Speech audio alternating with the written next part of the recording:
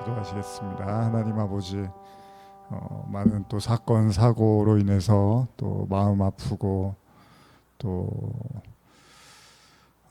어쩌면은 참 이 세상 살아가는 것이 이렇게 살아 있다는 것도 어쩌면 또 다른 기적일 수도 있겠다는 생각을 해봅니다. 하나님께서 우리에게 인생을 또 허락하시고 또 삶을 허락하시고 또 이 시간들 속에서 우리가 예수님을 믿고 또 지금까지 또 이렇게 말씀을 들으며 또 기도하며 신앙생활하고 있습니다. 사실 살면 살수록 또 신앙생활을 하면 할수록 오로지 우리의 의지할 분은 하나님밖에 없음을 또한 더 느끼게 됩니다. 정말 이런저런 일들로 마음 아파하고 고통받는 또 수많은 사람들이 있습니다. 하나님의 위로와 은혜가 필요한 영혼들이 있습니다. 정말 주님께서 그 영혼들의 그 답답함과 안타까운 그 심정을 주님께서 잘 아시오니 정말 그 은혜가 필요한 영혼들에게 더욱더 이 시련과 어려움들 또 우리에게 닥치많은 일들 통해서 하나님을 또 더 만나고 또 하나님의 도우심과 위로를 받는 그런 은혜들이 있기를 원합니다. 우리 교회에도 또 우리 성도님들 가운데도 또 그런 또 연약함 때문에 또 육체적인 질병으로 여러 가지 환경의 어려움으로 또 아파하는 영혼들이 있다면 주님께서 함께하여 주시고 늘 인도해 주시기를 간절히 바랍니다. 오늘 말씀 또 나눌 때 우리가 이 계시록 말씀 통해서 수박 겉핥기식의 그런 말씀이 아니라 정말 살아있는 성령께서 말씀하시는 그 음성 청종할 수 있도록 주님 인도하여 주시옵소서. 감사드립니다. 예수님의 이름으로 기도합니다. 아멘. 요한계시록 강의 25번째 시간입니다. 오늘 요한계시록 11장 14절에서 19절까지의 말씀 같이 한번 읽어보겠습니다. 시작. 둘째 화는 지나갔으나 보라 셋째 화가 속히 이르는도다. 일곱째 천사가 나팔을 불매 하늘에서 큰 음성이 나서 이르되 세상 나라가 우리 주와 그의 그리스도의 나라가 되어 그가 세세토록 왕노릇 하시리로다 하니 하나님 앞에서 자기 보좌에 앉아있던 24장로가 엎드려 얼굴을 땅에 대고 하나님께 경배하여 이르되 감사옵나니 옛적에도 계셨고 지금도 계신 주 하나님 곧 전능하신 이여 친히 그 권능을 잡으시고 왕노릇 하시도다. 이방인들이 분노하매 주의 진노가 내려 죽은 자를 심판하시며 종 선지자들과 성도들과 또 작은 자든지 큰 자든지 주의 이름을 경외하는 자들에게 상 주시며 또 땅을 망하게 하는 자들을 멸망시킬 때로 소이다 하더라. 이에 하늘에 있는 하나님의 성전이 열리니 성전 안에 하나님의 언약궤가 보이며 또 번개와 음성들과 우레와 지진과 큰 우박이 있더라. 자, 우리 지난 시간에 계시록 11장 말씀 이제 시작하면서 나누다가 14절 이전까지 이제 말씀을 나눴는데 두 증인에 관한 말씀을 나눴습니다. 계시록 10장 말미에 사도 요한은 이제 천사로부터 작은 두루마리를 받아 먹게 되고요. 그 두루마리는 입에는 이제 달았지만 배에는 매우 쓰게 되었다라고 기록이 되어 있었습니다. 그리고 나서 천사가 이제 다음과 같은 이야기를 하는데 이제 조금 10장을 한번 돌아보는 겁니다. 10장 11절 보시면 그가 내게 말하기를 내가 많은 백성과 나라와 방언과 임금에게 다시 예언하여야 하리라 하더라. 그래서 다시 예언하리라 이렇게 이제 표현을 하고 있는데요. 그리고 나서 11장에 이제 등장한 두 증인의 이야기가 나오죠. 그래서 이 두 증인이 42달 동안 이방인에게 짓밟히게 될 성전 바깥 마당에 대해서 이제 경고하고 이후에 같은 시기를 상징하는 1260일 동안 회개를 상징하는 굵은 베옷을 입고 예언하게 될 것이다 라고 말하고 있습니다. 그래서 이 두 증인에 대한 이야기를 나누면서 여러 가지 이제 해석이 있다고 했죠. 근데 가장 이제 바람직한 건 이제 교회, 그리스도의 신부인 교회 뭐 이렇게 보는 것도 좋고요. 또 이 땅에서 진정한 복음을 외치는 이제 사도들처럼 이제 그리스도인들인데 이제 성령이 함께 하시는 바로 그 성도들을 의미한다고도 볼 수 있습니다. 그러나 이제 두 증인이라고 했으니까 이제 복음을 외치는 자들이겠죠. 그리고 11장 7절 이후에서 이 하나님의 권능을 받은 두 증인은 결국은 이제 무적행으로부터 올라온 짐승들과 전쟁을 벌이다가 결국은 죽임을 당하게 됩니다. 그리고 그 시체는 영적으로 소돔이라고도 하고 애굽이라고도 하는 바로 예수가 십자가에 못 박힌 곳에 있었다고 말하고 있습니다. 그러니까 예수님이 십자가를 지시고 죽은 것처럼 결국 이 두 증인도 사실 예수님도 복음을 전하시다가 십자가에서 죽으신 거잖아요. 마찬가지로 이 두 증인도 세상에 복음을 전하다가 이제 그 소돔 애굽이라고도 하는 예수님이 십자가에 못 박힌 곳에 있었다라고 말하고 있습니다. 이 두 선지자의 죽음이요 많은 사람들에게 이제 기쁨과 즐거움이 돼서 서로 예물을 주고받았다고 하는데 그 이유에 대해서 이제 성경이 이런 표현을 쓰고 있습니다. 계시록 11장 10절인데요. 한번 읽어볼까요? 계시록 11장 10절입니다. 이 두 선지자가 땅에 사는 자들을 괴롭게 한 고로 땅에 사는 자들이 그들의 죽음을 즐거워하고 기뻐하여 서로 예물을 보내리라 하더라. 자, 두 선지자의 가르침이 사람들에게 너무나 이제 괴로웠기 때문에 오히려 하나님의 권세를 받은 참된 이 증인들의 죽음에도 장사를 지내주지 않았다고 합니다. 자, 이런 행태는 사실은 당시에 그 죽은 사람한테는 최고의 모욕이라고 합니다. 그러니까 지금도 그렇지만 죽었는데 장사를 지내주지 않는다는 건 굉장히 이제 무가치하게 생각을 하는 거잖아요. 근데 거기에서 그치는 게 아니라 서로 기뻐하고 즐거워하면서 예물을 보내 주거니 받거니 했다라고까지 기록을 하고 있습니다. 그러니까 그러면 여러분들이 이제 이 구절에서 예측을 하는 거예요. 도대체 이 두 증인이 도대체 어떤 메시지를 전했기에 사람들이 이렇게까지 모욕을 하고 기뻐하고 즐거워했을까? 예물을 보낼까? 이제 이런 생각을 해볼 필요가 있겠죠. 그래서 한번 이 괴롭게 하다 이 두 증인의 메시지가 괴롭게 했다 그랬잖아요. 그래서 이 원어의 의미를 제가 성경사전에서 한번 찾아보니까 이런 의미가 있습니다. 본래의 의미는 시금속으로 금속을 시험하다 뭐 이런 뜻이 있습니다. 그러니까 뭐 그것에 마찰하다, 뭐 모모에서 진짜임을 시험하다 그리고 또한 법정에서 사실을 알기 위하여 고문을 사용하다, 고문하다 이런 의미들을 갖고 있다고 합니다. 그러니까 두 증인의 메시지가 계속 뭐를 하는 거예요? 진짜인지 가짜인지를 확인하고 사실을 알기 위해서 고문을 할 정도로 그러니까 그 정도로 괴롭게 만들었다는 겁니다. 그래서 요한계시록의 내용이 다 뭐죠?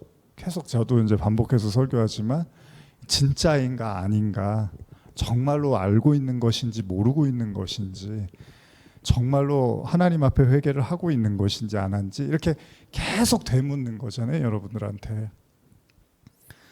두 증인의 메시지는 많은 성도들에게, 물론 거짓된 성도들을 포함해서 계속해서 시험하고 마찰을 일으키고 진짜인지를 확인하는 메시지를 계속 보낸다는 거예요. 그래서 이걸 고문을 당하는 것처럼 심지어는 커다란 고통을 그들로 하여금 받았다고 여겼던 거죠. 그러니까 말씀이라는 게 그렇습니다. 이 구절 한 구절이 참 이렇게 뼈가 있는 구절이에요, 여러분. 계시록 11장 10절이 이 두 선지자가 땅에 사는 자들을 괴롭게 한 고로. 여러분, 선지자가 사람들을 괴롭힐 이유가 뭐가 있습니까? 아니, 선지자는 뭐 하는 사람이야? 하나님의 말씀을 대언하는 사람인데 하나님의 말씀을 대언하는 사람들이 사람들을 괴롭힐 이유가 없잖아요. 근데 사람들이 그걸 괴로움으로 받아들였고 그래서 그들이 죽는 것을 기뻐하고 환호했다라고 이야기를 한다는 건, 그러니까 우리도 가만히 생각해 보셔야 될 게, 저도 사실은 그런 것 같아요. 사람들이 어떻게 이야기해주면 좋아할지를 제가 모르지는 않는 것 같습니다. 예전에 제가 뭐 사역을 지금 뭐 한 지 얼마 안 된 게 아니니까 저 나름대로 그래도 20살 이후부터 계속해서 간접적으로 직접적으로 사역을 해왔는데, 사람들이 원하고 바라는 게 뭔지를 제가 뭐 전혀 모르고 그런 건 아닌 것 같습니다. 어떤 이야기를 해주면 사람들이 좋아하고 어떤 이야기를 해주면 사람들이 싫어하는 것 정도는 저도 알고 있습니다. 근데 오늘도 이제 그런 생각을 했는데, 여러분 우리가 여러 가지 그 이야기, 사탄에 대한 여러 가지 이야기를 할 때 제가 초신자 때 들었던 얘기 중에 하나는, 사탄하면 뭐 부흥회라든지 뭐 목사님들이 강의하시거나 그럴 때 자기 자리를 지키지 않고 벗어난 그런 어떤 자들에 대해서 사단의 개념으로 이제 설명을 했던 게 많이 있는 것 같아요. 그래서 우리가 뭐 루시퍼나 이런 사탄을 이야기할 때 그냥 뭐 원래 뭐 천사였는데 그런 자리를 벗어나서 자신의 어떤 이제 욕심과 탐욕을 위해서 뭐 대적하는 그런 행위를 했다. 그래서 뭐 그런 개념으로 우리가 이게 성경적이든 아니든 그런 식으로 우리가 이해를 많이 하고 있잖아요.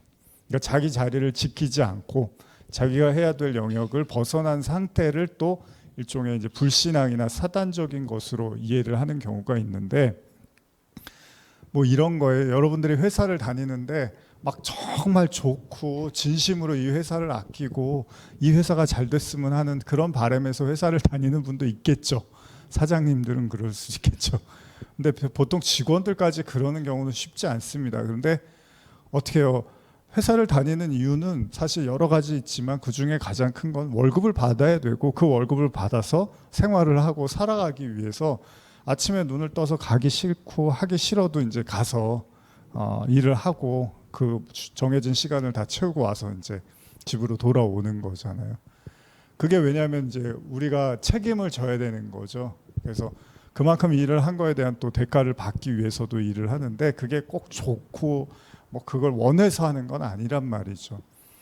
마찬가지로 또 부모도 그렇죠. 만약에 이제 자녀를 낳았어요. 그럼 제가 아버지가 되면, 제가 아버지인데 갑자기 어느 날 아버지가 하기가 싫어요. 아버지 하기 싫다. 뭐 예를 들면 남편인데 남편 하기 싫다. 그런 마음이 들 수 있잖아요. 예를 들면. 그러면 그렇다고 해서 그걸 나는 아버지 하기 싫으니까 이제 네가 알아서 해. 뭐 아이가 다 크지도 않았는데 예를 들면 네가 밥도 알아서 먹고 학교도 알아서 가고 네 마음대로 해. 그럴 수 없잖아요. 그러니까 우리가 태어나는 것도 그렇습니다. 제가 가끔 이렇게 방송 보다가 다큐멘터리 보다 보면 요새 이제 그 이스라엘 쪽에서 그 이제 하마스하고 이렇게 전쟁 그런 모습들이 나오잖아요. 그러면 정말 너무 이렇게 안타까운 모습들이 나옵니다. 다큐를 보다 보면 뭐 어린아이들이 이제 막 피를 철철 흘리고, 태어나서 이제 몇 년 살지도 않았는데 그렇게 이제 너무 고통스러운 모습을 하고 있단 말이죠. 그러니까 그냥 한복판 그냥 길거리 같은 데서 막 전쟁으로 폐허가 된 그런 데서 그냥 언제 총소리 나고 언제 무슨 일이 터질지 모르는데 막 불안한 그런 삶을 살고, 거기서 끝나는 게 아니라 이제 다치고 심지어는 이제 뭐 죽기도 하고, 그런 일들을 이제 이렇게 다큐멘터리를 통해서 보면은 되게 마음이 좀 안쓰럽다. 근데 거기서 어떤 여자가 그런 얘기를 하더라고요.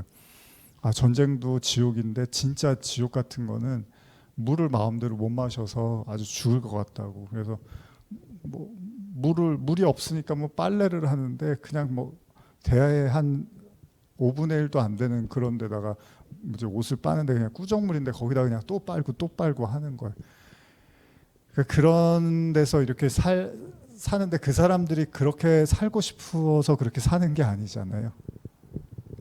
태어나 보니까 그 애들이 뭐 거기서 태어나려고 태어난 게 아니라 태어나 보니까 그냥 전쟁의 한복판에서 태어나기도 하고, 뭐 어떤 사람들은 뭐 태어나서 그냥 편안하게 사는 사람도 있는데, 제가 드리고 싶은 말씀은 이 우리가 뭐 운명이라고 말해야 될지 모르겠지만 어쨌든 간에 하나님이 허락하신 곳에서 태어나는 거잖아요. 여러분들이 의도해서 태어나는 게 아니잖아요. 그러면 주어진 삶이라는 게 있듯이, 그러니까 우리가 그걸 이제 순응하는 거잖아요. 그러니까 내가 원하든 원하지 않든 내게 주어진 어떤 현실에서 우리가 순응하면서 최선을 다해서 살아가는 게 이제 그냥 바람직하다고 우리가 믿는 거잖아요. 근데 마찬가지로 이 사탄을 얘기할 때도 어떤 자리를 벗어나는 것을 이야기한단 말이에요. 사실은 그 죄라는 것도, 죄에 대해서 이야기할 때도 어떤 화살을 이렇게 쐈을 때 그 관역을 이렇게 벗어났을 때 그것도 죄라고도 설명을 한단 말이죠. 그러니까 무슨 말이냐면, 제가 이렇게 설교를 하잖아요. 근데 제가 말씀을 이렇게 전하는데 제가 너무 막 예수님이 너무 사랑스럽고 이게 너무 진리고 너무 제 마음에 그 진리가 충만해서 매번 제가 그럴 수만은 없겠죠. 저도 어느 때는 설교하기 싫다. 설교 준비하는 것도 너무 힘들다. 이 삶을 좀 이렇게 당분간 얼마 정도는 벗어났으면 좋겠다. 이런 생각을 할 수 있잖아요. 그건 뭐예요? 물론 진심으로 열정을 가지고 하면 좋지만 사람이라는 게 감정의 기복이라는 것도 있고 또 뭐 뭔가 환경이나 상황이 좀 여의치 않으면 원망도 되고 힘이 들기도 하는 법이잖아요. 그런데 중요한 건 뭐죠? 그런 우리가 찬양에서도 그런 말 하는데 뭐 그 나 기뻐하리 뭐 그런 찬양 있잖아요. 나 기뻐하리 그러면서 뭐죠? 그게 그 다음 가사가 뭐죠? 환경의 지배를 받지 않고 뭐 나 기뻐하기로 결심을 했네. 나 기뻐하리 막 이러잖아요. 무슨 말이냐면 저도 이제 목회자로 설교를 하는 위치에 있지만은 이 말씀을 전하는 거는 뭐죠? 제가 하고 싶은 얘기를 전하는 자리가 아닌 거예요. 그러니까 제가 어느 때는 전하고 싶지 않다. 별로 이렇게 오늘은 뭐 이렇게 열정이 막 충만하지 않다. 이런 생각이 든다 하더라도 하나님의 말씀을 하나님의 그 뜻과 의도에 맞게끔 최대한 전달하는 게 말씀을 전하는 자의 책무인 거잖아요. 무슨 말씀이냐면 설교를 제 기분에 따라서 한다거나 제가 오늘 기분이 별로 안 좋아서 제가 막 기분 안 좋은 얘기를 막 하는 거예요. 말씀 한 절 읽어놓고 물론 뭐 그것도 뭐 뭔가 성령의 이끄심이 있을 수도 있겠지만 중요한 건 뭐냐면 이게 제가 하는 얘기가 아니란 말이에요. 그러니까 저도 하나님의 말씀을 묵상하고 하나님이 뜻하시는 걸 최대한 이렇게 바르게 말하는 게 중요한 거잖아요. 그러니까 말씀을 그냥 전하는 게 중요한 게 아니라 요즘 제가 그런 생각이 드는 거예요. 그러니까 무조건 뭐 바울이 이리로 전하나 저리로 전하나 예수의 이름만 전하면 됐지 뭐 이런 얘기도 하기는 하지만 사실은 엄밀히 들어가 보면 말씀은 하나님의 그 의도와 뜻을 담아서 전하는 게 중요한 거지 제가 그걸 이렇게 벗어나서 빗나가서 제 어떤 기분이나 감정에 따라서 전하는 거는 바람직한 게 아닌 거죠. 내가 아빠 하기 싫어. 아빠 이제 아빠를 사직해야겠어. 뭐 내가 남편을 그만하고 싶어. 내가 뭐 아들을 그만하고 싶어. 내가 뭐 목사를 그만하고 싶어. 그런 어떤 차원이 아니라 하나님이 우리에게 어떤 허락한 영향. 여러분 이제 회사는 우리가 관둘 수는 있죠. 하다가 너무 힘들면 안 맞으면. 그러나 어떤 영역에서는 우리가 관두고 싶다고 해서 관둘 수 있는 게 아닌 것들이 있죠. 그런 것처럼 하나님이 이렇게 고유의 그 사람에게 이렇게 주어진 어떤 상황과 현실들이 있다라는 겁니다. 그런데 그런 말씀을 전하는 거에 있어서 그런 생각이 드는 거예요. 그러니까 우리가 언약궤 얘기가 이제 좀 이따 나오는데 지성소에 들어가서 오늘 그 얘기가 아주 중요한 얘기인데 지성소에 들어가서 언약궤 법궤가 있잖아요. 근데 그 법궤를 나중에 그 다윗이 이렇게 법궤 이동하고 이런 이야기들 알잖아요. 사무엘서 얘기해 보면. 근데 그 우사죠. 우사가 그 법궤를 이렇게 이동하는데 법궤가 떨어질 것 같아서 이렇게 손을 딱 댔더니 어떻게 되죠? 그냥 그 자리에서 즉사를 해버리죠. 그러니까 그런 게 무슨 얘기냐 하면 하나님의 말씀을 함부로 접근하고 함부로 손을 대서는 안 된다는 얘기거든요. 그랬다가는 죽을 수도 있다는 거예요. 그러면 그런 내용을 놓고 생각해 보면 뭘 얘기하는 거냐면 하나님의 말씀은 인간의 감정과 기복에 따라서 접근할 문제가 아니라는 것이고 마찬가지로 저도 지금 이제 이렇게 여러분과 말씀을 나누고 있지만 이렇게 전하는 말씀이 어떤 오늘은 이런 얘기가 하고 싶네. 오늘은 저런 얘기가 하고 싶네. 오늘은 감정이 이렇네. 이제 그런 영향을 인간이 전혀 안 받을 수는 없겠지만 궁극적으로는 가장 중요한 건 하나님 말씀 그 자체가 온전히 여러분들에게 이렇게 전달되어지는 게 중요한 거고 그게 제가 해야 될 책무라는 거죠. 여러분들 기분이 안 좋은 것 같으니까 오늘은 그냥 하루 쉬고 물론 그게 그렇게 했다고 나쁘다는 건 아니지만 오늘 그냥 그만 쉬고 오늘 이렇게 재밌게 한번 놉시다. 물론 그런 시간이 필요할 수도 있어요. 근데 중요한 거는 이 말씀이라는 것 자체는 하나님이라는 거죠. 말씀이라는 것 자체는 하나님이고 그래서 이 말씀을 전한다라는 것은 정말 그 말씀이 그대로 여러분들에게 그 지금 여기 본래 의미가 뭐라 그럽니까? 괴롭게 하다라는 의미가 금속을 시험하다, 마찰하다, 진짜임을 시험하다, 법정에서 사실을 알기 위해서 고문하다라고 하고 있잖아요. 그러니까 저도 전하는 준비하고 전하는 저도 그렇고 또 듣는 여러분들도 그렇고 계속 뭘 생각해야 되는 거예요. 이게 진짜 하나님 말씀이 맞나? 이게 정말 진리가 맞는 거야? 여기에 저나 여러분들이 초점을 맞춰서 깊이 생각하고 묵상해야 된다는 거죠. 근데 이 작업을, 이게 쉬운 얘기 같은데 이 작업을 소홀히 하게 되면, 우리가 이제 곁길 얘기하고 뭐 길가 얘기하고 뭐 가라지 얘기하고 막 그런 얘기 많이 했잖아요. 관역에서 빗나간, 그러니까 하나님의 말씀이 아닌 빗나간 상태의 말씀을 전하고 또 여러분들이 들어버리면 그게 뭐가 되는 거예요? 그게 죄가 되는 거예요. 죄. 예배를 드리는 게 중요한 게 아니라, 우사가 법궤에 손을 댔어요. 왜? 법궤를 보존하려고, 보호하려고, 떨어지는 걸 막 방지하기 위해서. 근데 그럼 하나님이 어떻게 해야 돼요? 감정적으로 봤을 때 아이고, 야 우사야, 너 이렇게까지 그래도 또 위험한 거 아는데 지금 손을 댄 거지, 법궤 지키려고. 그러면서 칭찬을 해줘야 되는데 그 자리에서 즉사를 하게 됐다는 거예요. 마찬가지로 예수님이 베드로에게, 우리가 맨날 하는 얘기지만, 야 네가 나를 이렇게까지 생각해 주는구나, 진짜 네가 마음이 정말 제자들 중에서 제일 따뜻하구나 라고 해줘야 되는데 어때요? 사탄이라고 하는 건 뭐예요? 그러니까 지금 제가 드리는 말씀을 피곤하시겠지만 잘 이해하세요. 말씀이라는 게 그런 우리의 어떤 그 감정이나 느낌이나 기분이나 이런 거에서 좌지우지되어서는 절대 안 되고, 말씀은 정말 그게 진짜고 하나님이 원하시고 뜻하는 거를 계속 여러분과 제가 상고하고 묵상하고 생각하고 또 고뇌하고, 이런 과정들이 필요하다는 겁니다. 무슨 말이냐면, 이거를 원하지 않았기 때문에 사람들이 두 증인의 메시지, 그 두 증인이 전하는, 두 증인은 누구에 입각해서 전하는 거예요? 여러분, 예수님 왜 십자가 지셨습니까? 하나님의 뜻을 그대로 대변해서 그런 거잖아요. 그러니까 예수님이 사람들이 원하는 거 한 반 정도 해주고 하나님의 뜻도 반 했으면 그렇게까지 사람들이 싫어하지 않았을 거예요. 근데 예수님이 나는 내 말을 하러 온 게 아니라 아버지의 말을 하러 왔어, 그러면서 계속 어떻게 사람들의 심기를 계속 건드린단 말이에요. 특히 유대인들, 율법주의자들의 심기를 건드리고 결국은 그것에 의해서 십자가에 못 박혔잖아요. 그래서 그런데 지금 두 증인이 못 박힌 곳이 어디예요? 죽은 곳이 어디라고요? 애굽이라고도 하고 예수님이 십자가에 못 박힌 곳이라고 하잖아요. 그 얘기는 뭐예요? 이 두 증인의 사역이 바로 예수님이 했던 사역과 동일하다는 얘기고, 그것은 그들이 원하는 말을 한 것이 아니라 철저하게 하나님의 성령, 하나님의 말씀, 진리에 입각해서 말씀을 전했다는 겁니다. 저도 말씀을 전하는 사람으로서 항상 오늘 이제 그런 생각이 좀 더 들더라고요. 뭐가 이렇게 하기 싫을 때가 있잖아요. 귀찮을 때가 있고, 이게 날도 덥고 이러면 몸도 촥촥 처지고. 근데 중요한 건 뭐예요?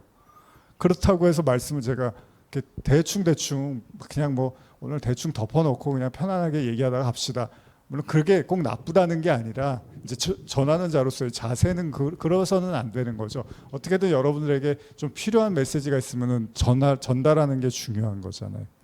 근데 그 메시지가 뭐냐 하면 계속 여러분들과 마찰을 일으킬 수 있고, 자꾸 여러분들이 진짜냐 가짜냐를 묻게 하고, 심지어는 제 설교가 고문처럼 들리기도 하는 그런 메시지일 수도 있다는 겁니다. 그러니까 혹시나 여러분들이 말씀 듣다가 그런 생각이 들으시면 그게 되게 자연스러운 걸 수도 있겠구나라는 생각을 할 필요도 있다는 거예요. 예수님이 이렇게 복음 전하시러 다니시고 할 때 이렇게 편안하게 다니시지는 못했습니다. 항상 유대인들과 율법주의자들의 어떤 따가운 눈총이 있었단 말이죠. 7교회를 향해서 회개의 촉구로 시작된 계시록, 지금까지 일관되게 이제 회개의 메시지를 이야기하고 있고요. 결국 두 증인의 메시지도 상복을 입고 회개를 전하고 있다는 겁니다. 그러니까 이 회개가 굉장히 중요하긴 중요한 것 같은데, 그렇다고 해서 제가 오늘도 그런 생각을 했지만 회개를 강요하고 싶은 건 아니거든요. 회개라는 게 강요해서 되는 건 아니잖아요. 스스로 깨우치고 느껴야 되는 거잖아요. 다시 한번 제가 말씀드리지만 무엇이 진짜 여러분들의 신앙을 위한 것인지를 잊지 마셔야 되고요. 항상 말씀드리지만 성도의 신앙은요, 죽은 이후에 결정되는 게 절대 아닙니다. 성도의 신앙은 여러분들이 살아있는 동안 반드시 거쳐야 되는 여정이 있는 거고요. 지난 7장에서 입맞은 14만 4천의 이야기처럼 이 땅을 살면서 우리도 하나님의 인치심을 경험해야 된다는 겁니다. 성령으로 인치심을 받으셔야 된다는 거예요. 그렇기 때문에 예수님은 니고데모에게 이번 주에 제가 이제 거듭나다라는 설교를 하려고 하고 마지막 이제 그 기초 다지기, 신앙 기초 다지기 마지막 주제로 이제 거듭남을 이야기하려고 하는데 중요한 겁니다. 사실 제가 매주 똑같은 얘기만 해도 후회가 없을 것 같아요, 사실. 그걸 좀 다른 형태로 좀 아니면 쉬었다가 할 뿐이지, 사실은 제가 여러분들에게 드리고 싶은 말씀은 그 하나님의 성령의 인치심, 하나님의 성령, 거듭남, 이런 이야기들이 정말 제가 하고 싶은 얘기거든요. 예수님도 니고데모에게 하나님의 나라에 거듭나지 않고는 들어갈 수 없다고 하셨잖아요. 니고데모에게는 무척이나 괴로움을 주는 메시지일 수 있습니다. 그런데 제가 그 얼마 전에 그 N사의 그 OTT라고 하죠. 그 삼체라는 그 이제 드라마를 좀 봤는데, 거기 처음 시작할 때 그게 이제 소설로도 굉장히 유명했다고 하더라고요. 그런데 거기 처음에 보니까 막 과학자들이 이제 목숨을 끊고 뭐 이런 얘기들이 나와요. 근데 그 이유가 뭐였냐면 자기가 알아왔던 그 물리학의 어떤 내용들이 그 진리라고 믿었는데 그게 진리가 아니라는 사실을 받아들이면서 이 과학자들이 막 이렇게 패닉 상태에 오면서 막 삶을 포기하고 이런 얘기들로 이제 시작하는 걸로 제가 알고 있는데, 여러분, 뭔가를 철석같이 믿었는데 그게 아니라는 걸 알게 되는 것도 상당한 고통이 수반이 됩니다. 여러분들이 이 말이 어떻게 들릴지 모르는데 아주 쉽게 생각하면, 여러분이 너무 철석같이 믿었던 사람이 배신을 하면 거기서 이렇게 헤아려 나오지 못하는 사람들도 있잖아요. 정말 목숨까지도 어떻게 해야 될까 할 정도로 괴로워하는 사람들이 있단 말이에요. 그러니까 그게 뭐냐면, 우리가 어떤 걸 되게 정말 100% 신뢰를 했는데 그게 아니라는 걸 알게 됐을 때 그 고통이 인간이 받아들이기가 쉽지가 않다는 거예요.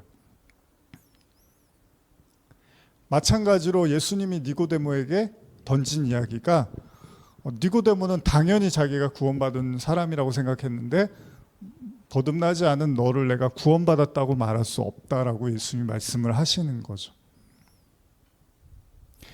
그런데 어떻죠? 그 말이 바로 니고데모에게는 어떻게 들리는 거예요? 두 증인의 괴로운 복음처럼 들리는 거죠. 가짜인지 진짜인지를 시험하고 마찰을 일으키고 고문까지 하는 듯한 메시지처럼 들렸지만, 나중에 니고데모는 그 사실을 받아들이고, 우리가 니고데모가 잘못됐다고 생각하진 않잖아요. 니고데모가 결국은 예수님의 사람이 된 것으로 우리가 알고 있잖아요.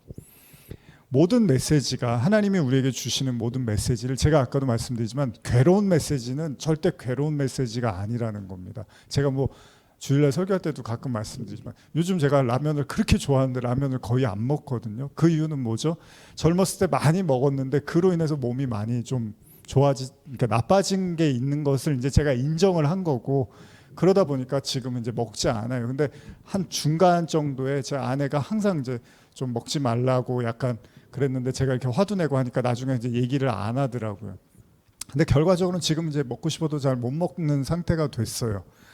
뭐냐 하면, 그런 이야기들, 내가 이렇게 나를 불편하게 했고 내가 듣고 싶지 않았던 얘기를 계속 하는 이야기들이 사실은 그게 나를 나쁘게 하려고 한 얘기가 아니었던 거예요. 나를 괴롭게 하고 나를 힘들게 하려고 했던 얘기들이 아니라 사실은 진짜 나를 아끼고 위해서 하는 얘기였는데, 사람은 어떻습니까? 내가 듣고 싶지 않거나 모르는 얘기는 무조건 덮어두고서 그냥 내가 알고 원하고 이해하기 쉽고 누구나 동의하는 그런 얘기들을 사람들은 원한다는 겁니다. 그런 얘기들은 고뇌는 없고요, 괴로움은 없을지라도요, 절대 신앙적으로 진보도 없을 것입니다. 두 증인의 죽음 이후에 마치 예수님의 십자가의 죽으심과 사흘 만에 부활하심을 떠오르게 하는 이제 11절 이후의 말씀은 결코 진정한 성도의 죽음이 헛되지 않고 예수 그리스도와 같이 이제 새로운 부활의 은혜를 누리게 될 것을 보여주고 있습니다. 그러니까 여러분들도, 제가 항상 단서를 말씀드리지만, 괴로운 복음이 우리에게 들린다 하더라도 그 결과는 뭐라고요? 부활과 영생으로 이어지는 거라는 겁니다. 그래서 우리 지난주에도 읽었지만 한 번 더 읽어볼까요? 계시록 11장 11절에서 13절입니다. 시작. 3일 반 후에 하나님께로부터 생기가 그들 속에 들어가매 그들이 발로 일어서니 구경하는 자들이 크게 두려워하더라. 하늘로부터 큰 음성이 있어 이리로 올라오라 함을 그들이 듣고 구름을 타고 하늘로 올라가니 그들의 원수들도 구경하더라. 그때 큰 지진이 나서 성 10분의 1이 무너지고 지진에 죽은 사람이 7천이라. 그 남은 자들이 두려워하여 영광을 하늘의 하나님께 돌리더라. 자, 이렇게 해서 이제 지난 시간에 나눴던 말씀들이 이제 제가 한번 더 본 거고요. 이게 자꾸 보는 게 계시록 말씀 여러분들이 이렇게 듣고 또 지나가면 다 잊어버립니다. 뭐 안 그러실 수도 있지만, 근데 저도 말씀을 준비해 보면서 좀 이게 어렵고 난해하다 보니까 또 지나가면 잘 생각이 안 나기도 해서 이렇게 정리를 제가 해드린 건데, 14절부터 이제 둘째 화는 지나갔으나 보라 셋째 화가 속히 이르는도다, 이제 우리가 읽은 본문인데요. 일곱째 천사가 나팔을 불면서 이제 시작을 합니다. 근데 여기에 읽었던 본문을 보면 하늘에 큰 음성들이 나서 이르되 세상 나라가 우리 주와 그의 그리스도의 나라가 되어 그가 세세토록 왕노릇 하시리로다 하니, 이렇게 시작을 하고 있는데요. 이 부분에 대한 이제 주석을 좀 제가 읽어드릴게요.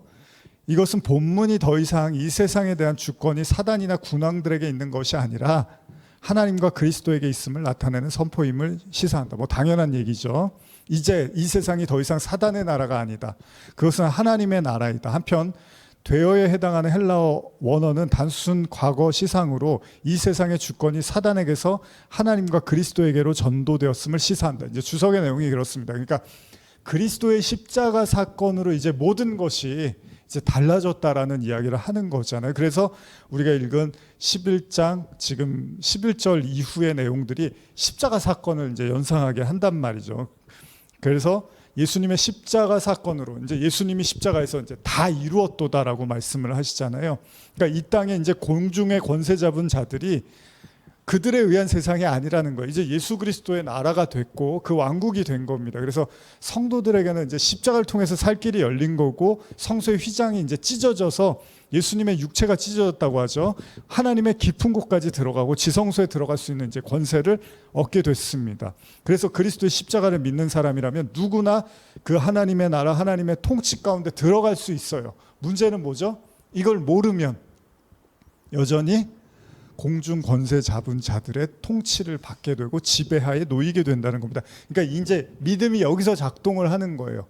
예수 그리스도의 십자가는 이미 2000년 전에 세워졌고 모든 걸 다 이루었어요. 성취가 됐는데 이제 이거를 알고 있느냐 모르고 있느냐, 이걸 믿느냐 믿지 않느냐에 따라서 완전히 다른 삶을 살고요. 여러분 요한계시록이 이제 앞으로도 진행되는 내용들을 보면 결국은 짐승의 표라든지 우상에게 경배하는 자들, 그리고 거짓 선지자들을 따르는 자들은 결국 뭐예요? 이 십자가 사건을 이해하지 못하거나 믿지 못하거나 부정하는 자들은 다른 영역이 있는 게 아닙니다. 하나님 외에는 다른 신이 없기 때문에 그들은 결국은 세상에 짐승의 지배를 받게 될 거라는 걸 이제 경고해 주고 있는 거죠. 그런 의미에서 우리가 천년왕국에 대한 이야기도 이전에 좀 했지만, 천년왕국이라는 게 천년 동안의 어떤 일정한 기간을 이야기한다기보다는 뭐라고요? 예수 그리스도의 십자가와 부활 사건을 통해서 이제 저와 여러분들이 그리스도와 함께 못 박혀서 새로운 피조물이 된 자들, 바로 그들이 그리스도와 함께 왕노릇하고 그 시간들을 천년으로 놓고 보는 겁니다. 그들이 이제 이 땅에서 예수 그리스도로 인해서 새로운 이제 하나님의 은혜를 입은 자들, 그리스도인들의 그 시간들을 이제 천년으로 놓고 보는 거죠. 그래서 제가 반복해서 말씀드리지만은, 그래서 예수님도 하나님의 나라가 어딨냐라고 했을 때 뭐라고 합니까? 하나님의 나라는 너희 안에 있다라고 합니다.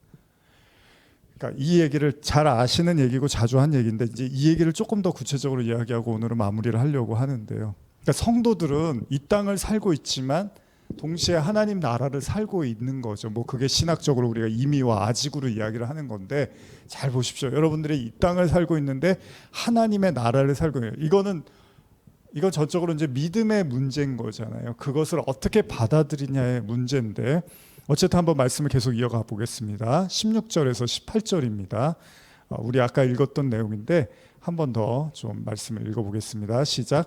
하나님 앞에서 자기 보좌에 앉아있던 24장로가 엎드려 얼굴을 땅에 대고 하나님께 경배하여 이르되 감사옵나니 옛적에도 계셨고 지금도 계신 주 하나님 곧 전능하신 이여 친히 크 권능을 잡으시고 왕노릇 하시도다. 이방인들이 분노하며 주의 진노가 내려 죽은 자를 심판하시며 종 선지자들과 성도들과 또 작은 자든지 큰 자든지 주의 이름을 경외하는 자들에게 상 주시며 또 땅을 망하게 하는 자들을 멸망시킬 때로소이다 하더라. 여기 보시면 중요한 메시지가 하나 있는데 제가 앞으로도 이제 소개를 한번 정리하면서 말씀을 드리긴 할 거예요. 이제 나중에. 그런데 오늘 제가 잠깐 말씀드리면 사실 7번째 나팔이 불려지면은 앞서 우리가 배운 건데 무슨 일이 일어난다 그랬죠? 지난주, 지지난주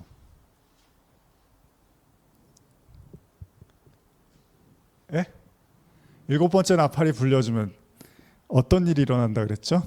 되게 중요한 건데 2주에 걸쳐서 제가 했는데 그래서 제가 정리해 드리는 거예요. 듣고 있어도 이게 금방 잊어버려요, 사람이. 계시록 10장 7절 한번 읽어보겠습니다. 계시록 10장 7절입니다. 시작. 일곱째 천사가 소리내는 날 그의 나팔을 불려 할 때 하나님이 그의 종 선지자들에게 전하신 복음과 같이 하나님의 그 비밀이 이루어지리라 하더라. 기억나시죠? 하나님의 비밀이 언제 이루어진다고요? 7번째 천사가 소리를 내는 그의 나팔을 불려고 할 때. 근데 여러분들 이제 이거 굉장히 기대했으면 우리 뭐 주일날 어벤져스 얘기도 했지만 어벤져스 2 보고 이제 막 3 언제 나오냐고 막 기대한 사람들 막 개봉하기 전부터 가서 기다리고 막 그러잖아요. 그러면 여러분들이 10장 7절 보시고 7번째 나팔이 불려지면 하나님의 비밀이 이루어진대. 도대체 무슨 비밀이 어떻게 이루어지는 거야? 라고 했으면 안 까먹으셨겠죠. 그런데 계시록 11장 15절에서 어떤 일이 일어납니까? 7째 천사가 나팔을 불매 이렇게 돼 있네요. 그렇죠? 별로 안 신기하신 것 같아요. 그러면 무슨 비밀이 이루어졌는지 한번 이제 궁금해지잖아요. 도대체 무슨 비밀이 이루어진 거지? 그 내용들이요, 여러분 이제 11장부터 이제 지속적으로 나타나고 있는 거예요. 어떤 일이 일어나고 있는지를. 지금 11장의 내용만 가지고는 그 비밀이 도대체 어떻게 이루어지고 있는지를 잘 모릅니다. 이 내용만 가지고. 그런데 제가 하나 단서를 드리면 지금 읽으신 18절에 보시면 그러니까 7번째 천사가 나팔을 불고 그 다음에 24장로하고 하나님께 경배를 하면서 찬양을 하는데 18절에서 이방인들이 분노하며 주의 진노가 내려 죽은 자를 심판하시며 종 선지자들과 성도들과 또 작은 자든지 큰 자든지 주의 이름을 경외하는 자들에게 상 주시며 또 땅을 망하게 하는 자들을 멸망시키실 때로소이다 하더라. 이게 무슨 얘기죠? 심판의 날이 왔다는 겁니다. 그래서 제가 현대로 한번 더 읽어드릴게요. 여러 나라들이 하나님께 불손했으니 이번에는 하나님의 진노를 그들에게 내리소서.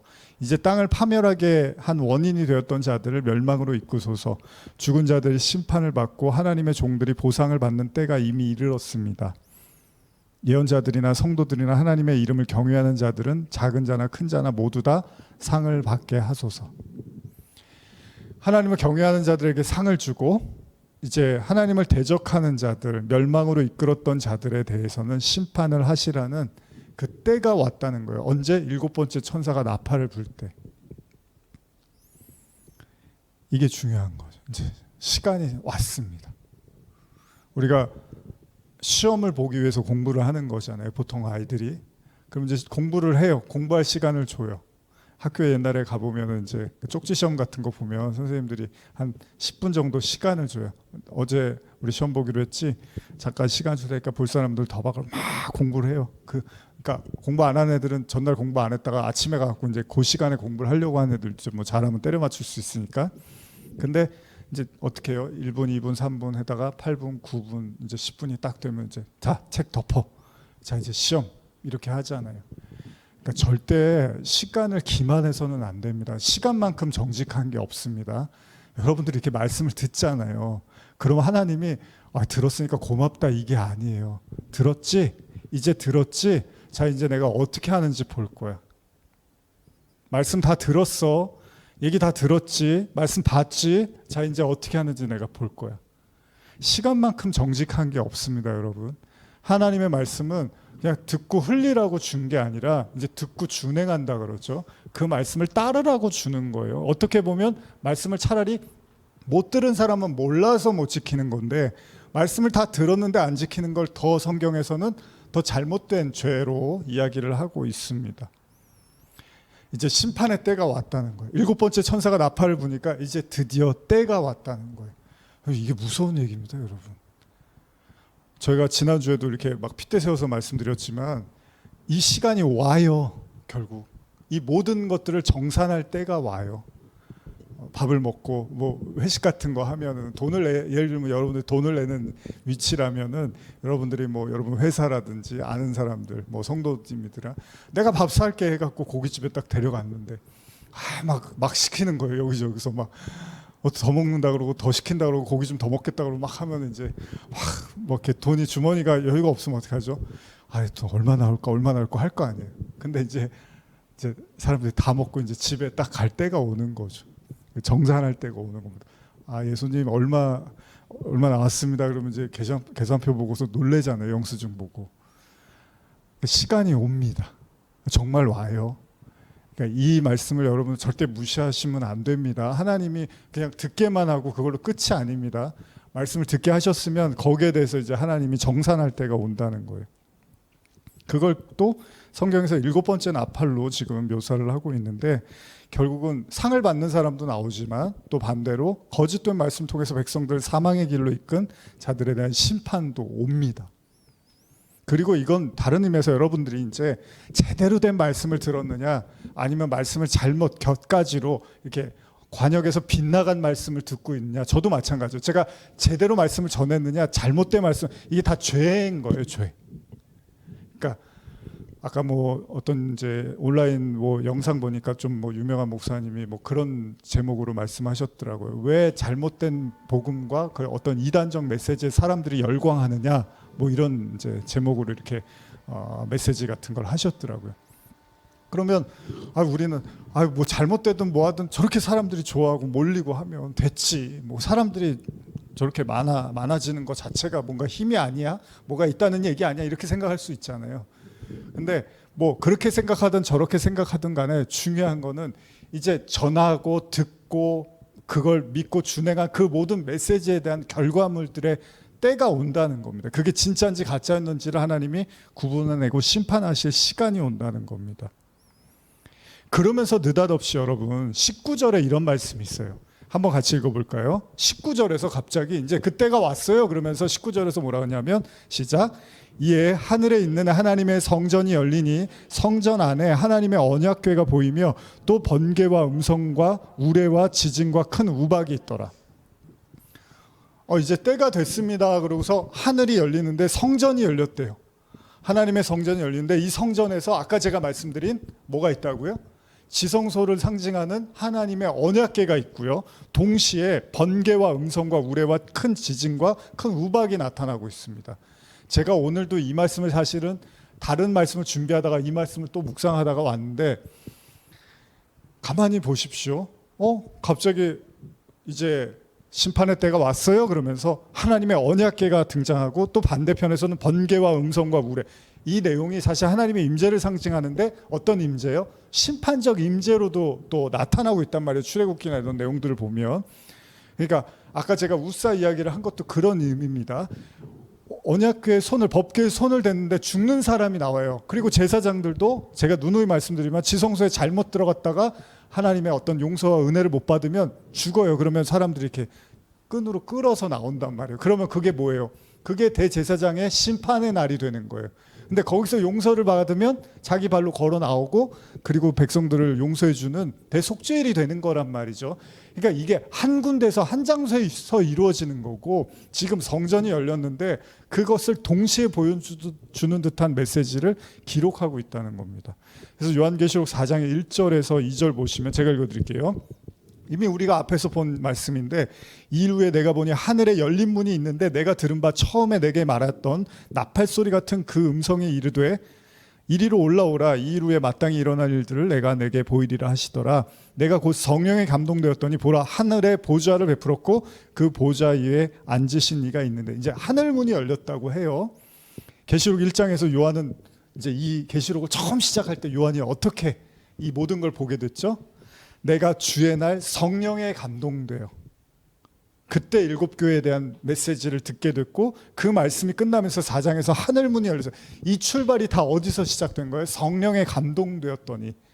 그래서 이 성령이 중요한 겁니다. 여러분, 성령이 아니고서 하나님의 말씀이 하나님의 영으로 성령으로 쓰여졌다고 하잖아요. 그러니까 여러분과 제가 이 성령의 조명을 받지 못하면 하나님의 말씀을 이해할 수가 없는 거예요. 그냥 문자 그대로는 초등학교 아이들도 이해할 수 있겠지만 우리가 그런 식으로 이해하려고 하는 게 아니잖아요. 제가 아까도 말씀드렸죠. 하나님이 하신 말씀을 전하는 사람이면 저도 말씀을 잘못 전하면 죽을 수도 있는 거잖아요.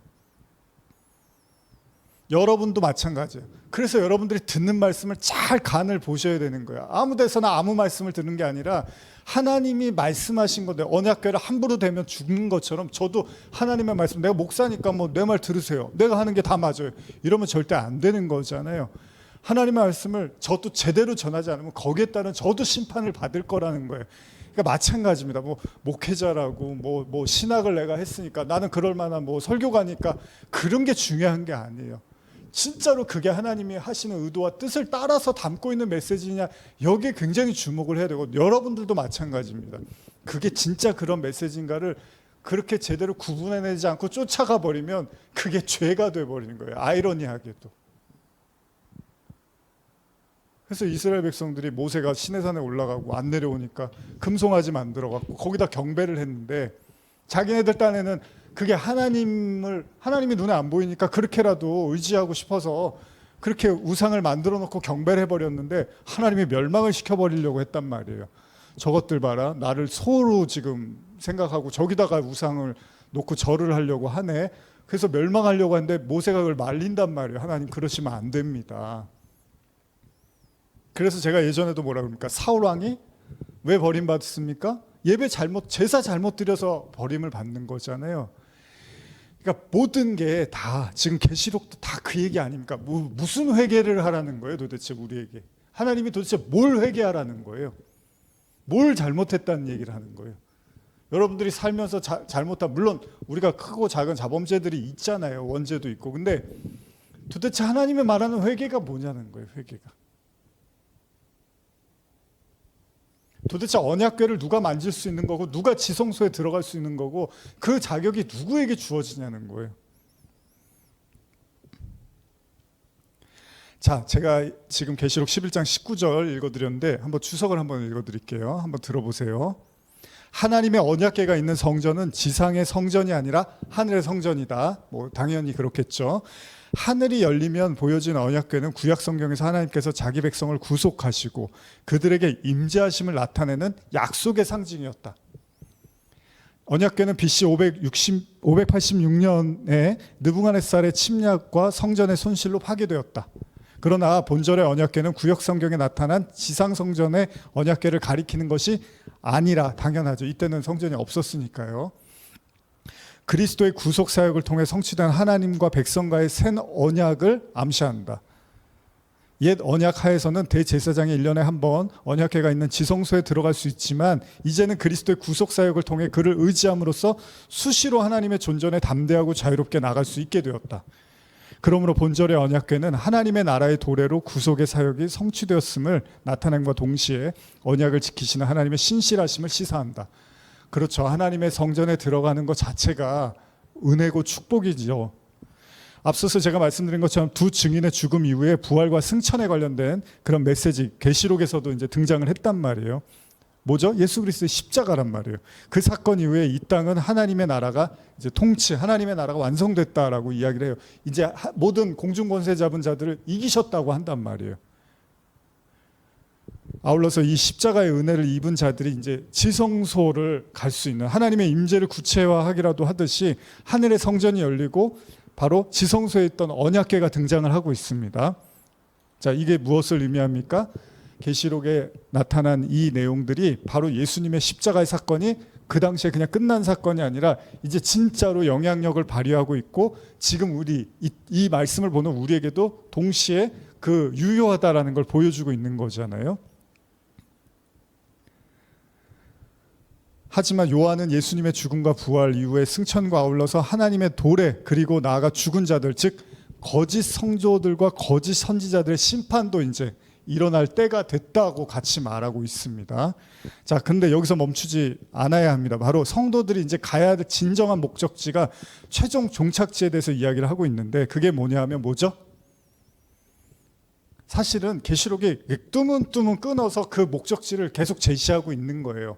그러니까 하나의 일관성된 어떤 시간으로만 놓고 보지 않는다고 했잖아요, 우리가 계시록. 그래서 계시록 22장이 끝이고 이게 다 1장부터 순서대로 나열하는 게 아니라 다양한 형태로 계속 반복적인 내용들도 담고 있단 말이죠. 그랬을 때 지금 또 성전이 다시 등장을 하고 있어요. 그리고 언약궤가 등장하는 건 뭡니까? 여기가 바로 성도들이 가야 될 목적지라는 거예요. 최종 목적지. 신앙의 궁극적 이유는 뭐라고요? 하나님과의 동행이고 하나 되는 거고, 다른 말로 동거하는 거. 이게 여러분과 저의 신앙의 험난한 여정이라는 거죠. 그래서 제가 반제장으로도 많이 비유를, 얘가 가끔 이제 힘들고 어려워하시는 분들, 말씀이 어렵다, 힘들다 이러면 제가 가끔 그런 비유를 드리거든요. 계시록이나 이런 걸 보다 보면 너무나 이제 막 복잡하고 재앙 나오고 이러면 힘들어한단 말이에요. 그러면 우리 신앙을 뭐 반제장이나 이런 걸로 한번 생각해 보셔도 된다고. 그런 어떤 긴 싸움, 길고 긴 싸움의 여정, 이렇게도 말씀을 드리는데, 여러분, 애굽을 탈출한 이스라엘 백성의 종착지가 가나안이었습니다. 결국 성도들의 종착지는 어디라고요? 하나님의 임재라는 거예요. 이게 되게 아이러니하지 않습니까, 여러분? 여러분, 성도들의 종착지가 죽어서 가는 천국이 아니라, 사실은 이제 원래 성전, 성막에서 지성소가 있었잖아요, 여러분. 근데 지금 그 성전이 없단 말이에요. 그쵸? AD 70년에 회파됐단 말이에요. 그러면 어디로 우리가 가야 되는 거예요? 하늘의 성전이라고 말하고 있지만, 그게 나중에 어떤 눈에 보이지 않는 죽어서 가는 하늘의 성전의 의미로도 이해할 수 있지만, 사실 이미 제가 말씀드렸죠. 바울이 뭐라 그럽니까? 너희 안에 하나님의 성령이 계시면 너희가 성전인지 알지 못하느냐 하고, 바로 여러분들의 안에 있는 성전을 말씀드렸는데, 그럼 내 안에 내가 성전이 있으면 뭐 내가 어딜 가? 이렇게 생각할 수 있잖아요. 근데 그게 아니라 그 여러분들 안에 하나님의 성령이 임재할 수 있는 그 하나님의 성전으로 여러분들이 완성되어져 가는 게 사실 여러분들의 이 땅에서의 신앙의 목적지라는 겁니다. 히브리서 10장 19절에서 20절 보면요, 그러므로 형제들아, 우리가 예수의 피를 힘입어 성소에 들어갈 담력을 얻었나니 그 길은 우리를 위하여 휘장 가운데로 열어놓으신 새로운 살 길이요, 휘장은 곧 그의 육체니라. 이렇게 기록된 있습니다. 그러니까 여러분, 언약궤를 본다는 거는 지성소에 들어가야지 보는 거잖아요. 근데 언약궤가 뭐예요? 너희가 내 백성이고 너희가 내 소유고 내가 영원히 너를 버리지 않고 너를 구원하겠다, 이런 내용이잖아요. 영원히 하나님과 여러분들 사이에 세운 그 언약이잖아요. 근데 그 언약을 어디서 본다고요? 지성소에서. 그럼 지성소에 들어가려면 어떻게 해야 돼요? 휘장이 찢어져야 되는 거죠. 근데 다 찢어놓고 다 해놓으셨어요, 예수님이. 이렇게 생각하시면 돼요. 예수님 십자가 사건으로 모든 걸 다 이뤘는데, 그걸 믿는 사람은 구원을 받는다며. 근데 안 믿는 사람은 구원을 못 받는다며요. 근데 이미 다 일어난 일인데 마찬가지입니다. 그럼 예수님이 자신의 육체를 찢어서, 휘장을 찢어서 바로 하나님 안으로 들어올 수 있는 살 길을 열어놨다고 하는데, 여러분들이 그거를 여러분께 되면 들어가는 거고, 여러분들이 그걸 믿지 못하고 여러분께 되지 않으면 그 십자가 사건을 눈앞에 십자가를 달아놔도 아무 의미가 없다는 얘기잖아요. 목에 달고 다녀도. 그러니까 지금 우리는 그런 싸움을 하고 있는 거예요. 뭐 어디 성전이 어디 있습니까? 뭐 저 이스라엘에 가서 그 성지순례 갔다 와야 되는 겁니까? 그런 게 아니잖아요. 지금 계시록에서 말하는 영적 현실은 결국 성령을 통해서 우리 안에 하나님께서 임재하시고 그 성전으로 우리에게 허락하셨는데, 이걸 우리가 이제 찾아내고 발견하고 우리 걸로 만들어서 그걸 여러분들이 마음속에 가지고 있어야 된단 말이죠.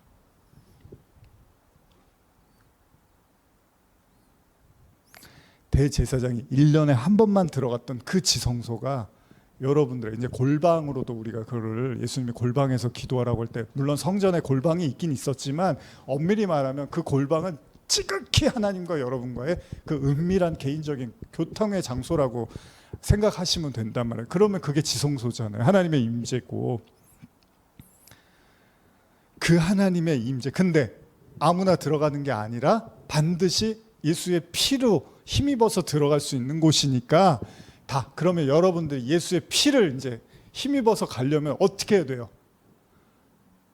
아까 두 증인이 죽었던 애굽이라고도 하는 그 예수님이 못 박힌 곳에서 장사가 돼야 되네요. 그러니까 거기서 장사가 돼야지 그 그리스도의 보혈이 내 보혈, 뭐 예수의 피, 막 예수의 피, 뭐 옛날에 기도원 가면 예수의 피 막 이러고 하는데, 그거를 입으로 막 세게 부르면 예수의 피가 능력이 나타나는 게 아니라 같이 장사가 되어요. 그래서 두 증인이 상복 입고서 복음을 전하고, 어떤 복음이요? 괴롭게 하는 복음을 전했는데, 그 복음을 들은 사람은 어떻게 해요? 같이 죽는 거예요. 거기서 어디서? 그리스도의 십자가, 그 십자가에서. 그래야지 그게 여러분들의 피가 되는 거예요. 그리스도의 보혈이. 그럴 때 여러분들이 지성소로 들어간단 말이에요. 그러니까 같은 얘기인데 여러 가지 형태로 하고 있는 거예요. 그래서 바울이 뭐라 그러니까, 내가 그리스도와 함께 십자가에 못 박혀 죽였나니 이제 내가 산 게 아니라 내 안에 그리스도가 살았어. 난 세상에 대해서 죽고 세상은 나한테 죽었지라고 얘기를 한단 말이죠. 그래야지 그 피가 여러분들의 그리스도의 흔적이 됐다고 하거든요, 바울이. 그러면 여러분들이 그 지성소에 들어가서 뭘 보는 거예요? 언약궤를 볼 수 있는 거예요. 아, 하나님, 내가 하나님의 거가 맞구나. 내가 하나님의 소유가 맞구나. 나는 이제 영원히 하나님이 책임져 주시는 존재가 맞구나. 그러니까 이 쓴소리가, 이 지금 계시록에서 나오는 모든 쓴소리가 사실은 다 뭐예요? 사랑이에요, 사랑. 라면 먹지 마세요. 너무 뭐 지방 많은 거 먹지 마세요. 밤늦게 뭐 먹지 마세요. 운동 좀 하세요. 막 그런 얘기 하잖아요, 사랑하는 사람한테. 아, 그만 좀 해. 듣기 싫어, 듣기 싫어. 아, 짜증나, 짜증나. 근데 그게 아니죠.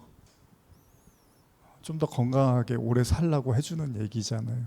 근데 이거는 건강 얘기고, 지금 성경은 영원에 대한 얘기죠. 영원에 대한. 여러분들 안에, 뭐 너무나 제가 많이 강조하지만 제가 죽을 때까지도 이 얘기를 할 것 같아요. 하나님의 성령이 여러분들 안에 거하면 여러분들이 하나님의 성전이래요. 여러분 기도할 때 어떻게 기도하십니까? 하나님한테 들리게 하려고 막 크게 소리를 내십니까? 그럼 작게 말하면 하나님 못 들으십니까? 안 말하면 하나님 못 들으십니까? 아니죠. 그럼 하나님하고 뭔가 다 교신이 가능하다는 얘기 아니에요? 지금 속으로만 생각해도 하나님이 안다고 했으니까. 그럼 여러분들 안에 하나님이 감찰하고 통찰하고 있다는 얘기잖아요. 근데 그거를 그냥 피상적으로 하나님은 뭐 전능하시니까 다 듣고 알고 보겠지, 이게 아니라 여러분들 안에 내주하고 함께 동거하는 것까지 여러분들이 경험하는 거예요. 그걸 혼인으로도 묘사를 하고 있는 거예요. 결국은 이 모든 이야기, 이 성전, 우리 안에 하나님의 성전을 가능케 하는 이 모든 게 사실은 다 성령에 관한 이야기입니다. 그래서 창세기 1장 1절에 태초에 하나님이 천지를 창조하시고 1장 2절에 하나님의 영이 수면 위를 운행하신다고 하죠. 하나님의 성령에 대한 메시지가 아울러서 계시록에도 강조되어지고 있습니다. 그래서 성령의 인치심 얘기가 나오는 거고요. 14만 4천도 그 하나님의 인치심을 받은 자들, 하나님이 도장을 찍었다고 하는 거잖아요. 인치셨다는 게 그 도장이 바로 성령으로 도장을 찍었다고 하시는 거죠. 그럼 회개, 아까 그 얘기만 하고 이제 좀 마무리할까요? 뭘 회개해야 되는 거예요 도대체? 회개하라고 계속 그러는데 사실 죄라는 게 계속 짓잖아요. 우리가 속으로도 짓고 안 하려고 해도 뭐 마음으로도 짓기도 하고 생각으로도 짓기도 하는 게 죄인데 도대체 성경이 말하는 회개가 뭔가? 그랬을 때 성경이 뭐 여러 가지 우리가 자범죄들이 있지만 또 원죄에 대한 이야기도 하지만 본질적으로 이렇게 지성소로 들어갈 수 있는 유일한 방법은 그리스도의 보혈이 가능케 하신다고 했잖아요. 대제사장도 그 염소의 피를 뿌리면서 들어갔단 말이에요. 그러니까 그 얘기는 뭐예요? 성경이 말하는 회개는 단순하게 여러분들이 살아오면서 잘못된 것들을 자꾸 떠올려서 하나씩 하나씩 정리해 나가는 게 아니라, 물론 그런 것도 필요하지만 우리가 인간으로서 성경에서 말하는 건 그런 차원의 회개만은 아닙니다. 그러니까 이렇게 생각하시면 될 것 같아요. 여러 가지로 제가 말씀드릴 수 있고 이미 드려왔지만, 여러분들이 잘못 알고 있는 말씀, 잘못 알고 있는 하나님, 잘못 알고 있는 그리스도의 십자가. 그래서 우리가 지난주에 뭐라 했습니까? 많은 사람들이 그리스도의 십자가의 원수로 행하고 있다. 말로는 예수님의 제자라고 하지만 실제로 십자가의 원수로 행하고 있다고 하잖아요. 그러니까 오늘 이 차원에서 보면 결국 예수의 길이요 진리요 생명이신 주님을 따른다라는 것은 결국은 그 주님의 말씀을 있는 그대로 받아들이고 따라가고 순종하는 걸 이야기하는 거니까, 이런 생각을 하시면 될 거예요. 잘못 알고 있는 하나님, 잘못 알고 있는 말씀, 복음, 그리스도의 십자가, 이런 것들에 대해서 하나씩 하나씩 여러분들이 깨우쳐 나갈 때 그걸 우리가 회개라고도 볼 수 있겠죠. 자, 이제 마무리하겠습니다. 히브리서 말씀을 제가 좀 많이 이렇게 적어 왔는데 다 읽기에는 좀 시간이 많을 것 같고 잘 아시는 말씀인데 제가 현대어 성경으로 좀 읽어드리면서 마무리를 하려고 합니다. 여러분들이 잘 아시는 내용이지만 그래도 지금 제가 오늘 나눈 내용도 뭐 어렵지 않고 잘 아는 말씀입니다. 근데 이게 여러분들에게 제가 또 강조하는 건 이게 여러분들에게 실제화되고 정말로 여러분들이 느끼고 고백되어지기를 바라는 마음으로 또 말씀을 나눠봤습니다. 히브리서 9장 7절 이하를 제가 현대어 성경으로 읽어드릴게요. 그러나 그 안쪽에 있는 방에는 대제사장만 1년에 단 한 번, 그것도 혼자서만 들어갈 수 있었습니다. 그때 그는 모든 백성의 죄는 물론 자신의 허물과 죄를 용서받기 위한 제물의 피를 가지고 들어가 뿌렸습니다. 성령께서 이를 통하여 우리에게 가르쳐 주시는 것은 옛 제도 아래서는 첫 번째 방이나 또 거기에 따른 여러 제도가 있는 한 일반 사람들은 일반 사람들은 지성소에 들어갈 수 없다고 하는 것입니다.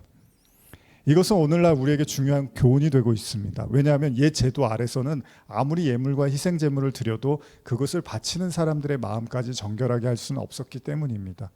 다시 말해서 옛 제도는 먹고 마시는 음식과 몸을 씻는 데 대한 이런저런 규칙을 정해놓은 일정한 의식의 약속에 지나지 않았습니다. 그래도 사람들은 그리스도께서 하나님이 새롭고 더 나은 길을 가지고 오실 때까지 그 규칙에 얽매여 살았습니다. 그러나 그리스도께서 이제 우리가 가진 이 더 나은 제도의 제사장으로 오셨습니다. 그리고 사람의 손으로 지은 것이 아니라 다시 말하면 이 세상에 속하지 않은 하늘의 더 위대하고 완전한 성전으로 들어가셨습니다. 그리스도께서는 단 한 번 안쪽에 있는 지성소에 들어가 피를 뿌리셨습니다. 그 피는 염소나 송아지의 피가 아닙니다. 그리스도께서는 자신의 피를 흘리셔서 그 피로 몸소 우리에게 영원한 구원을 보증해 주신 것입니다.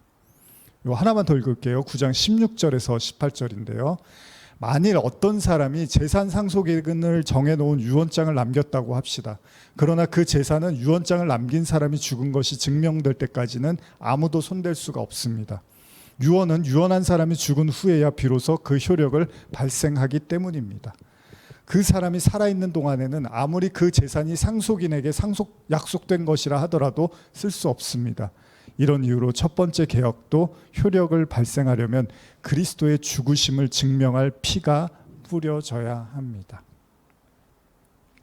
그 다음 내용은 나중에 또 기회가 되면 읽어드리겠습니다. 여러분들이 그리스도와 함께 십자가에 못 박혀 죽는 그때, 그리고 그것을 여러분들의 믿음으로 가지고 있을 그때, 바로 동시에 우리는 그 지성소, 하나님의 임재의 놀라운 그 지성소에, 언약궤의 그 축복을 또한 누리게 될 줄 믿습니다. 오늘 오늘도 그 십자가를 향해서 걸어가신 여러분들에게 하나님의 은혜와 평강이 함께 하시기를 축복합니다. 기도하시겠습니다. 하나님 감사합니다. 또 오늘 하루 힘든 하루 보내고 이 자리에 나와서 주님 말씀 듣습니다.